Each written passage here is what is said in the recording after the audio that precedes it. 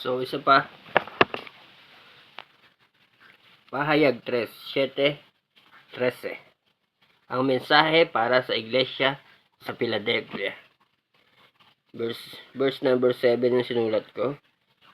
At saka 12. Ito ang sinasabi ng banal at mapagkakatiwalaan. Ang may hawak ng susi ni David. Walang makapagsasara ng anumang binuksan niya at walang makapagbubukas ng anumang sinarahan niya.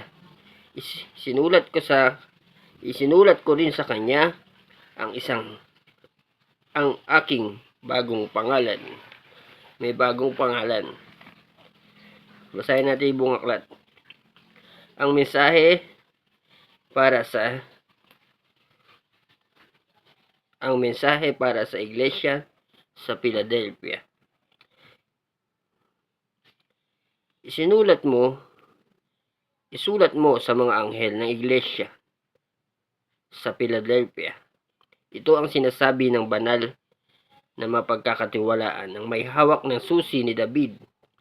Walang makapagsasara ng anumang binuksan niya at walang makapagbubukas ng anumang sinarahan niya.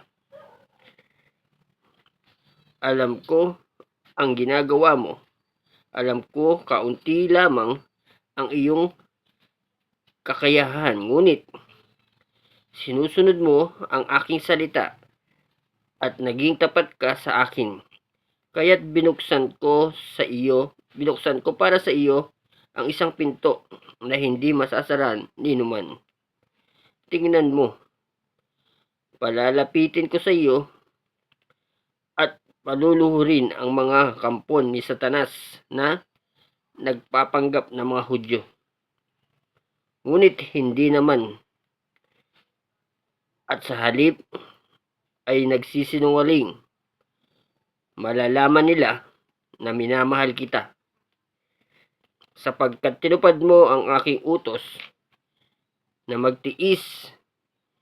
Iingatan naman kita sa panahon ng pagsubok na darating sa lahat ng tao sa buong daigdig. Darating ako sa lalong madaling panahon, kaya't ingatan mo kung ano ang nasa iyo, upang hindi maagaw ni numan ang iyong gantimpala. Naalala ko tuloy yung kanta ni Omar Baliw, para makuha ang nasa sa iyo.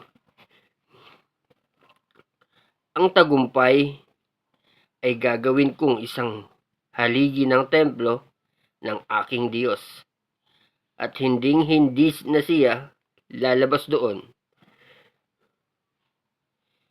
Isusulat ko sa kanya ang pangalan ng aking Diyos at ang pangalan ng kanyang lungsod.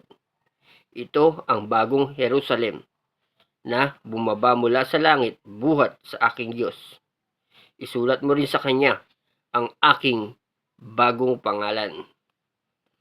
Ang lahat ng may pandinig ay makinig sa sinasabi ng Espiritu sa mga iglesia sa pangalan ni Jesus.